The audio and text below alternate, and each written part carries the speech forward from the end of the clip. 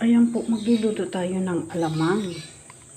Ito yung wala sa abroad. So, may naglalako dito kanina. So, bumili ako 20 pesos daw itong isang pack na to. So, sabi ko, lulutuin ko siya at igigisa lang sa kamatis. Ano yung kamatis, guhit na, at saka yung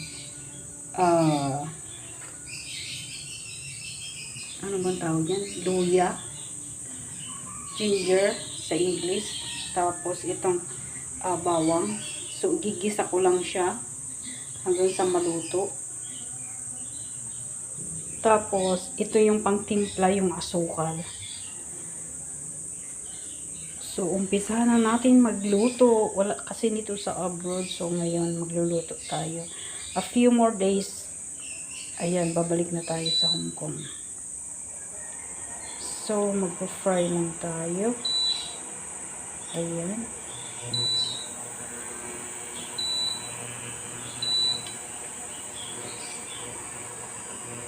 Stir fry pala.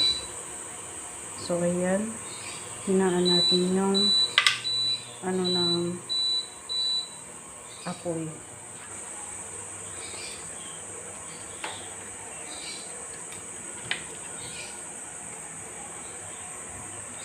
Hindi flat yung aking kawali sa aking.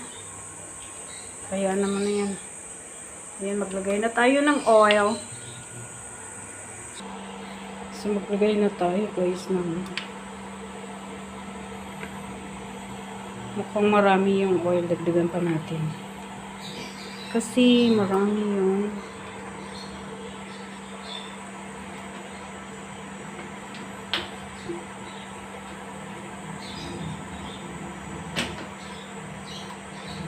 so, ayan. Unahin natin yung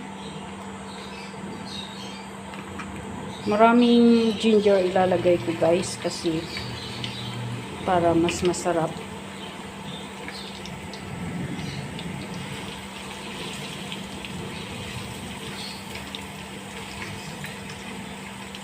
I'm craving to eat this. Wala nito guys sa abroad. So, ayan, nangangamoy na. Ilagay na natin yung bawang.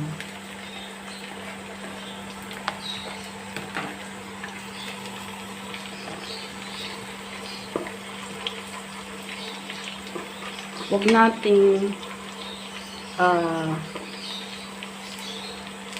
sunugin yung bawang kasi para makain mo rin yung bawang. Ayan. Sunod na natin yung kamatis. Naiiba yung kamatis dito sa Pilipinas kaysa sa Hong Kong. Kasi sa Hong Kong, ang lalaki ng kamatis. Walang maliliit. So, ayan. Tutuin lang natin hanggang sa mga moy at isusunod natin yung alamang. Ito guys, siguro magluluto ako nito, dadalhin ko sa abroad. Pero yun nga lang, pag na-checkpoint sa bagahe mo, ipapaiwan nila. So sayang din yung effort mo na magluto nito. So magluluto na lang ako dito at saka kakainin ko. Ayan. So ito na guys, lutuin natin mabuti kasi para hindi sumakit yung tiyan natin. Ilagay na natin dito.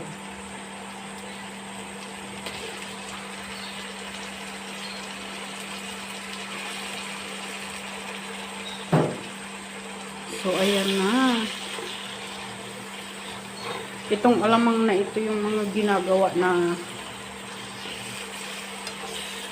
sausawan pag kumain ka ng mangga.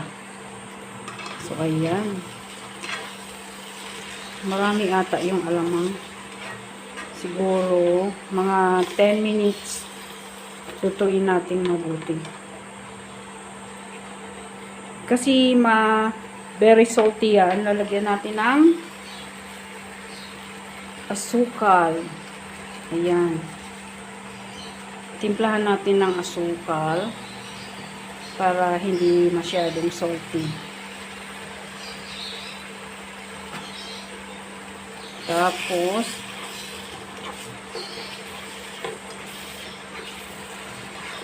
i-mix natin.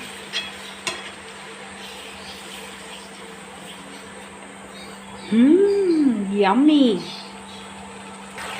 So, ayan na po. Mukhang luto na siya. Kasi, hindi na masyadong pink color. Ayan. Luto na ang aking ulam. Craving for it. So, maglaway kayo mga nasa abroad.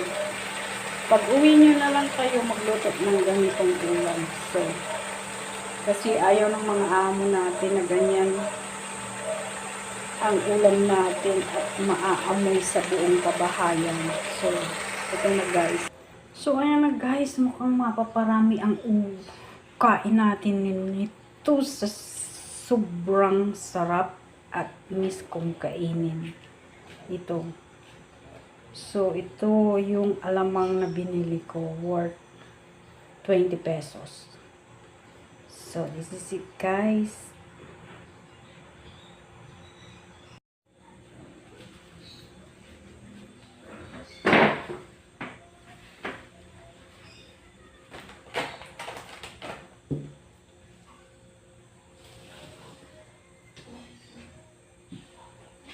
So, ayun guys, kakain tayo ng alamang.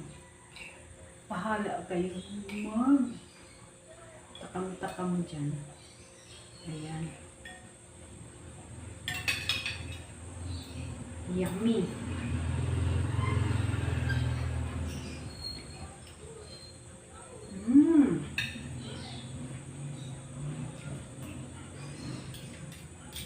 Yummy.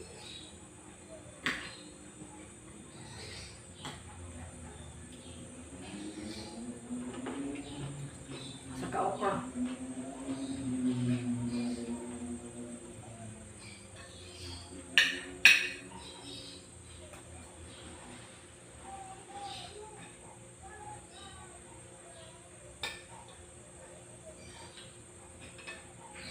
Wala na ito guys sa abroad kaya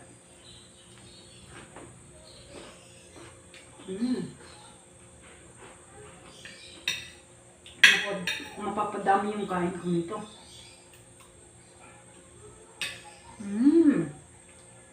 Yummy.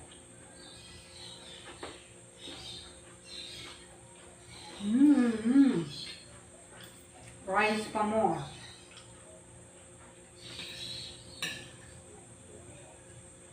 Ay, nakalimutan kong lagyan ng dahon ng laurel.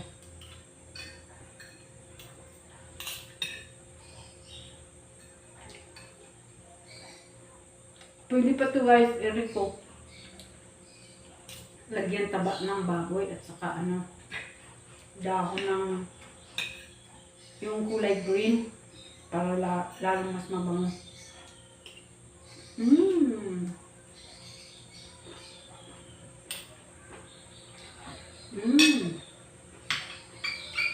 Tingnan mo yung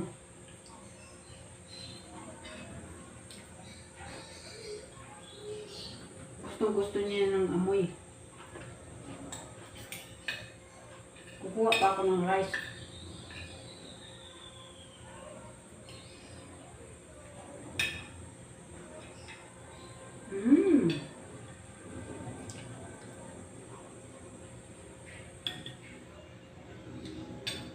Sobrang salty pala to. Dapat kalahati lang ginuto ko.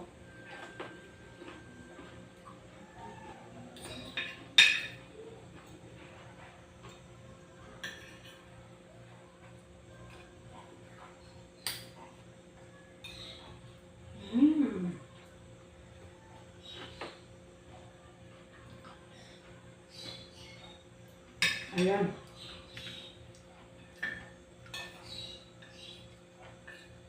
Isa pang rice na scoop.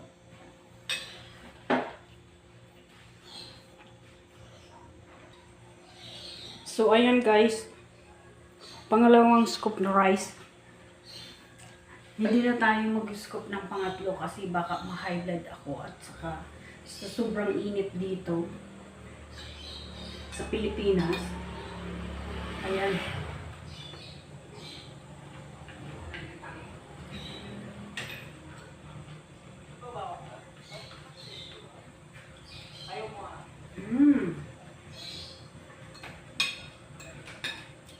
Yummy.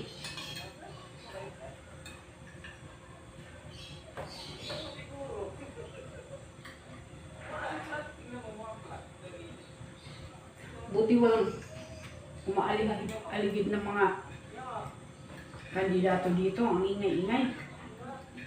Linggo kasi ngayon, pahinga nila. Siguro, umpisa bukas na naman. Marami na naman dito. Umaalingaw mo dyan sa labas. Ang kandidato. May mga daladalang speaker yung kanilang sasakyan. Ang ingay.